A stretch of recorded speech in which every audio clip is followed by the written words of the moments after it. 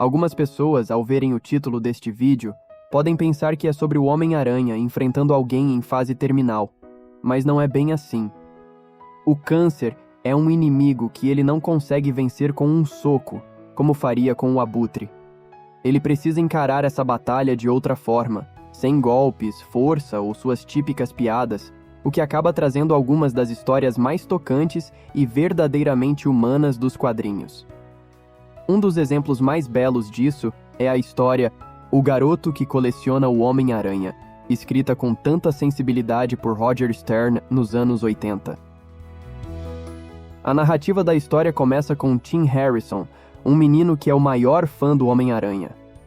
Ele possui brinquedos, gravações do herói na TV e até grandes álbuns de recortes com todos os artigos sobre o Homem-Aranha publicados pelo Clarim Diário.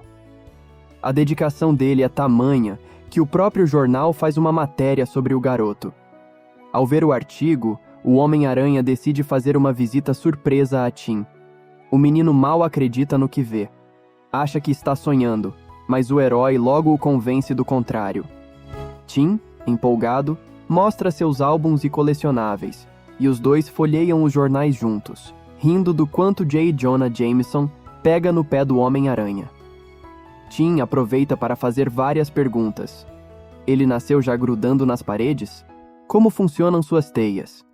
O herói, então, conta sobre a picada da aranha radioativa que lhe deu habilidades especiais, explica como seus lançadores de teia funcionam e até deixa Tim experimentá-los. Ele ainda revela o segredo do seu sentido de aranha, algo que até então só ele mesmo sabia. No meio de tantas perguntas, Tim faz uma que deixa o Homem-Aranha menos confortável. Como um fã dedicado, ele conhece todos os artigos antigos e sabe que, em sua primeira aparição, o herói trabalhava como um artista de entretenimento, fazendo truques na TV. Então, o que o fez abandonar a fama e a fortuna para seguir o caminho solitário de combater o crime? Homem-Aranha explica a Tim sobre a morte do tio Ben e como isso o moldou como pessoa, mas conta de forma vaga para não revelar sua identidade secreta. Apesar da conversa ficar um pouco triste, o Homem-Aranha faz questão de aliviar o clima, focando nas perguntas de Tim sobre sua coleção. Então, já passou da hora de dormir para Tim e o crime não vai se resolver sozinho. É hora de se despedir. Mas antes de partir, Tim faz uma última pergunta. Ele quer saber quem realmente é o Homem-Aranha. O herói explica que não pode revelar sua identidade secreta porque isso colocaria outras pessoas em perigo. Mesmo com Tim prometendo que nunca contaria a ninguém, o Homem-Aranha se recusa. No entanto, bem quando está prestes a ir embora, Peter muda de ideia e tira a máscara. Tim fica eufórico e ri ao perceber que Peter esteve tirando fotos de si mesmo o tempo todo.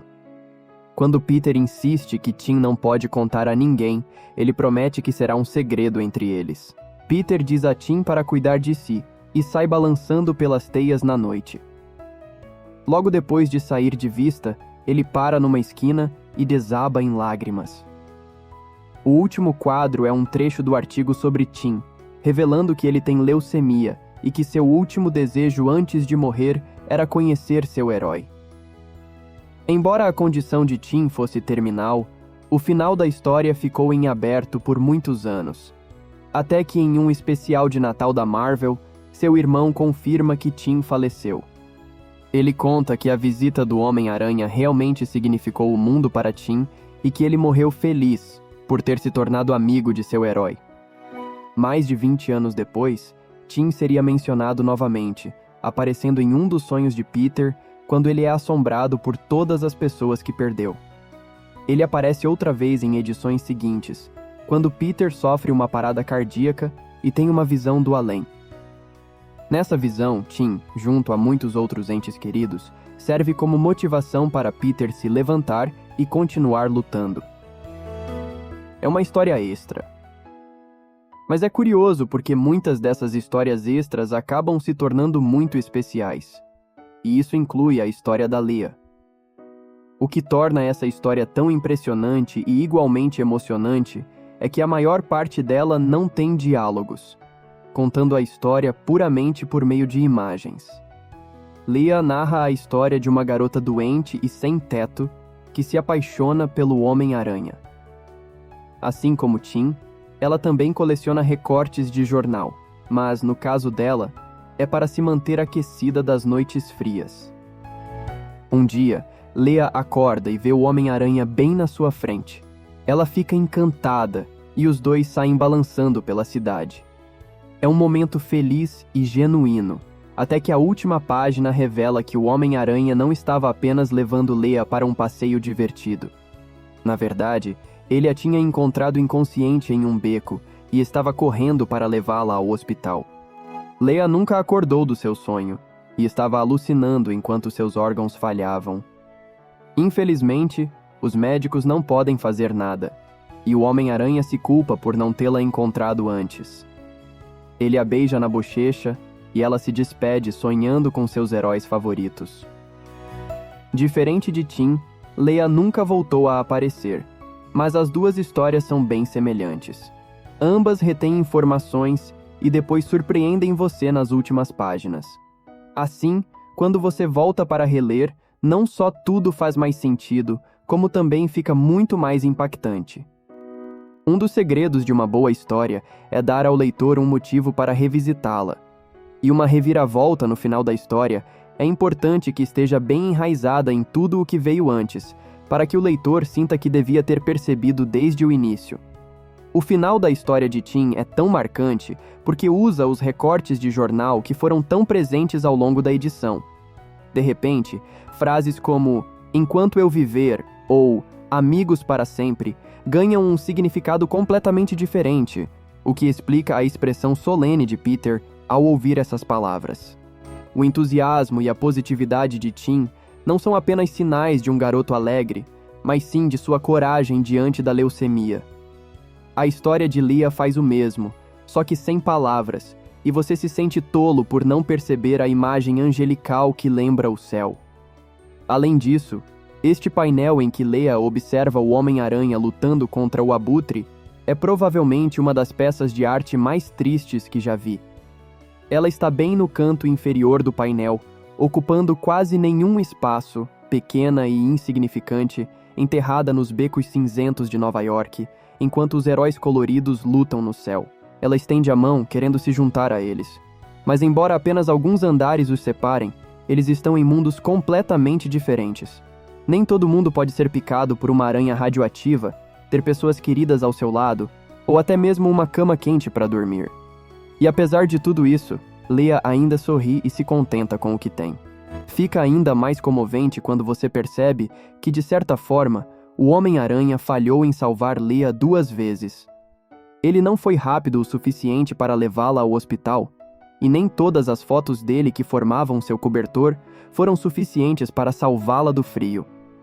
Essa fórmula de omitir informações também foi usada em outra história um pouco menos deprimente. Spider-Bite, de Tom Taylor, que explora as aventuras do Homem-Aranha e seu novo assistente destemido. Dr. Octopus venceu. O Homem-Aranha está impotente para detê-lo, e Nova York está a segundos da destruição. Octavius possui um dispositivo misterioso conhecido apenas como a Caixa, um objeto de poder ilimitado. Mas, de repente, o fiel ajudante do Homem-Aranha, Spider-Bite, aparece e começa a dar uma surra nele. Octavius é humilhado, e o Abutre entra em cena para garantir a fuga. Mas eles ainda estão em vantagem. A Caixa ainda está nas mãos deles. Mas ainda não é tarde demais para impedi-los. Com o poder da amizade, autoconfiança e imagens icônicas, Spider-Bite ajuda a libertar o Homem-Aranha, e os dois saem balançando para salvar o dia. Perguntas ficam no ar. Por que o Homem-Aranha permitiria que uma criança arriscasse sua vida enfrentando criminosos perigosos? O que é essa caixa? Essas questões vão se revelando aos poucos conforme a história avança. Spider-Bite afirma que a caixa contém o coração de Nova York, mas não dá mais detalhes. Não demora muito para que os dois heróis sejam confrontados pelos vilões e fiquem cara a cara com 60 vilões. Sim, são 60 mesmo. Todos vilões legítimos do Homem-Aranha que já apareceram em algum momento. Eles estavam meio que ficando sem opções na marca dos 50, tipo o Demogoblin.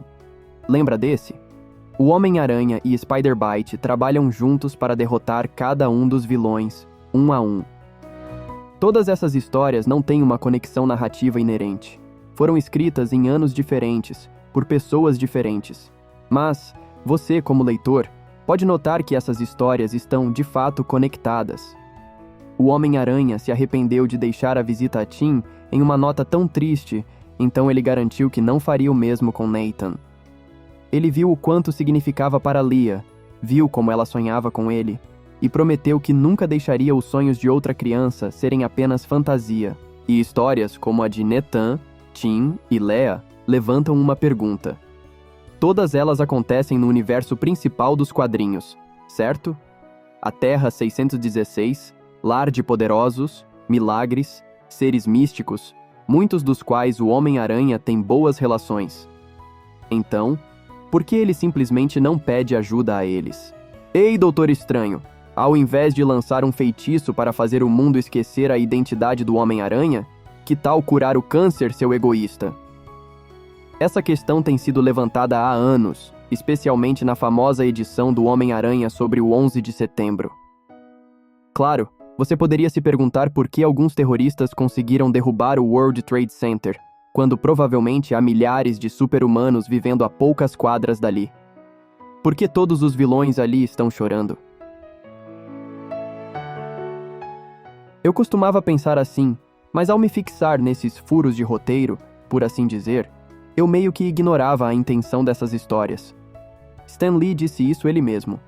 O universo Marvel se passa no mundo real, pois a Marvel sempre refletiu as experiências e os problemas que nós mesmos enfrentamos.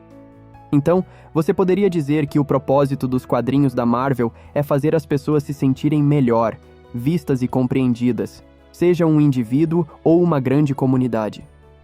Aquela edição do 11 de setembro foi lida por socorristas, por civis traumatizados, dias depois do ataque, e trouxe a eles algum conforto, algum sentido para o que havia acontecido. A lógica não se compara ao impacto emocional que essas histórias podem ter. O Homem-Aranha é o exemplo perfeito do que a Marvel Comics representa. Ele sofre as mesmas coisas que nós, mas esses problemas são apenas um lado da moeda. Sim, uma grande parte da vida de Peter é ditada pela sorte, seja por sua situação econômica, pelas coisas que acontecem com seus entes queridos, ou por meras coincidências absurdas. Gwen Stacy, por exemplo, está no apartamento de Peter quando o Duende Verde aparece. É por isso que ela morre, alterando completamente o curso da vida de Peter. Tia May fica doente por acaso, o que leva Peter a doar seu sangue, resultando em uma série de problemas no futuro. Mas por mais que Peter não tenha sorte, ele compensa isso com ação. A morte de Gwen é trágica, mas ele ainda assim persevera. Ele continua sendo um herói e passa um tempo incontável praticando para nunca mais cometer o mesmo erro. Mesmo quando não há chance alguma de que ele consiga escapar e salvar sua tia, ele ainda assim consegue pela pura força de vontade. Porque, aconteça o que acontecer, o Homem-Aranha sempre se levanta. Esse equilíbrio entre personagem e sorte é o que dá forma a essas histórias. Porque algumas pessoas simplesmente não têm chances na vida. Existem crianças com um potencial infinito, e mesmo assim, esse potencial é interrompido ou reduzido. E por quê? Por nada. Está completamente fora do controle delas. Crianças nessas situações olham para o Homem-Aranha porque ele é a personificação de como tirar o melhor de uma situação ruim. Ele traz luz nos momentos mais escuros, porque é assim que ele é. E essa humanidade, essa compaixão e esperança que compõem a essência do Homem-Aranha são muito mais poderosas do que qualquer câncer ou condição jamais poderiam ser.